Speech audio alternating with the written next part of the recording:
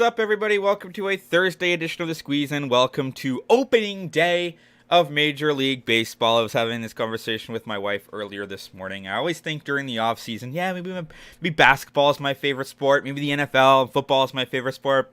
It's baseball. It's always been baseball. I have this old picture, my first day of school in kindergarten. Blue Jays hat, Blue Jays, what looked like a jersey, blue pants, just basically looked like I was in a Halloween costume going to kindergarten the first day of school. It's always baseball. It's opening day. It's Blue Jays baseball. As you can tell, jersey, hat. We've got the bobbleheads over here. We've got the rings, all that kind of stuff up there. Cans of pop from 1992, 1993. I'm a Blue Jays fan, which brings us to our first bet of the day. But first, if you do like what we're doing, if you wouldn't mind hitting the subscribe button or telling one friend, that would be great. We had the first segment of our best Toronto bets yesterday, which is posted on Twitter, YouTube Shorts, etc., etc. We had the Leafs in regulation, and they were 58 seconds away from winning 2-1 in regulation. They lost in overtime, so that was the best bet yesterday. I wonder what game will be my best Toronto bet today. I wonder. We will get to that. Last night, it was an interesting day. Overall, we went 1-2 officially here on the Squeeze. We had the where do we go? The Islanders and the Capitals. We had them to go over. That was a 2-1 final, so that was weird. We did have the Colorado Avalanche Minnesota Wild. They went over 5.5, which I liked. That game ended at 6. But a 1-2 day. Chicago Bulls, they didn't really have a chance, and I mentioned that yesterday. Sort of, you can don't bet against LeBron. This is a coin flip. Take what you like, blah, blah, blah. We were wrong. Chicago Bulls lost that basketball game, but I did have 10 bets overall that I posted on Twitter, and we went essentially break even on that. We had the Phoenix Suns 4.5, which was good. We hit a couple player props. We had Benedict Mathurin. His over-under was 17.5. He ended up with 29. We hit the over there. We had a player prop parlay as well. So it was a break-even day overall, but down a unit here. Let's get into it, man. It's baseball season, and let's start with the Toronto Blue Jays winning the AL East. You can get this right now for plus 200 at FanDuel. I do have 5 World Series futures that I've all posted on Twitter as well. Might get into those at some point during the season, but I like the Toronto Blue Jays to win the American League East this year for plus 200. Now, essentially, the favorite pick is the Yankees. It's the sexy pick. They're projected at Fangraphs to win 99 games. Jays projected to win 92.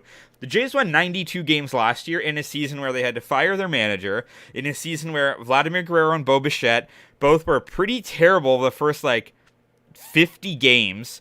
They ended up trading Teoscar Hernandez. They trade Lourdes Gurriel. They want to change the culture. They've got a new manager. They've brought in Chris Bassett. I mean, at worst, injuries aside, at worst, this is a 92-win team.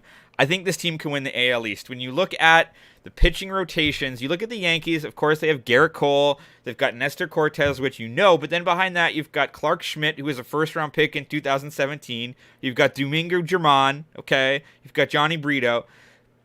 Kind of a lot of unknowns there. And they ranked really well last year in ERA and things like that. And the Jays last year didn't get good starting pitching. Aside from Alek Manoah and Kevin Gausman for most of the year, their starting pitching really wasn't all that great. Well, you also had Rod Stripling as well, but this year I think they're better poised with a much better rotation. You've got Alek Manoah leading it up. You've got Kevin Gausman. You've got Chris Bassett. You've got Jose Barrios, who I think, he wasn't great in the World BC, but Jose Barrios is your 4th starter. This guy was a frontline ace for the Minnesota Twins 2 years ago. He's your opening day starter last year, right? And then Yusei Kikuchi, say what you will about last season. I think he can rebound. He's had a great spring training. You know, you just want your 5th starter. You want them to be around 500, have an ERA under 4.5. I think Kikuchi can get them there. And I just think this rotation is much better. The bullpen is much improved. And they have, not even arguably, they have on paper one of the top 3 to 4 offensive lineups in all of Major League Baseball. I like the Blue Jays' chances. I like the fact that it's plus 200 for them to win the American League East. I think the Yankees, they started out of the gate incredibly well last year. They sputtered in the second half. I think that's sort of who they are versus who they were. So I like the Toronto Blue Jays to win the American League East for plus 200. That's at FanDuel. I also have the Jays to win the World Series at plus 1,200 at FanDuel as one of my World Series futures as well. I said we might get into that at some point down the road, but I'm not too big on doing World Series futures this early on. Injuries, trades, all that stuff can happen, but I do have some picks I like as well. San Diego Padres is my pick to win the World Series this year if it's not going to be the Blue Jays. So that is my first bet of the day. Let's move to the NBA. We've got a great matchup tonight. Boston Celtics, the Milwaukee Bucks. I've got the Boston Celtics to win this game on the money line for plus 134 at FanDuel. Here's my reasoning. Milwaukee played last night. They smoked the Pacers 149-136. And the way things have been going, Giannis isn't playing every day. Drew Holiday isn't necessarily playing every day. This could be a spot where they said, let's go beat the Pacers. Let's not worry about playing the Celtics hard right now. The playoffs are coming up. Let's not really risk it. They've got, they're sort of neck and neck for the top seed in the East. Milwaukee is 3 games ahead of Boston. I'm making this bet assuming everybody plays because the Boston Celtics are still the Boston Celtics, but I also think there's a good chance Giannis doesn't play in this game, which will really tip the scales in favor of Boston. We made the same play last night with the Bulls and the Lakers, assuming maybe LeBron doesn't play. Didn't work in our favor, and maybe it won't here today, but I still love the plus 134 for the Boston Celtics. The last time these two teams played, it went to overtime. It was 131-125 for Milwaukee. They played on Christmas Day. Boston won 139-118. Those are the 2 times they've played this season. Boston's played them tough, and I think they're going to continue to play them tough. Robert Williams is questionable with a knee injury. But again, I think that the more likelihood is that we're going to see injuries more on the Milwaukee Bucks side. Both teams are playing relatively well. You've got Boston, they're coming off a 130-111 loss to Washington. Kind of is what it is. Previous to that, they did win 3 straight, including wins over Indiana, wins over at Sacramento. They went at Portland, at Minnesota, at Atlanta. Milwaukee's coming into this on a 2-game winning streak. They did lose at Denver.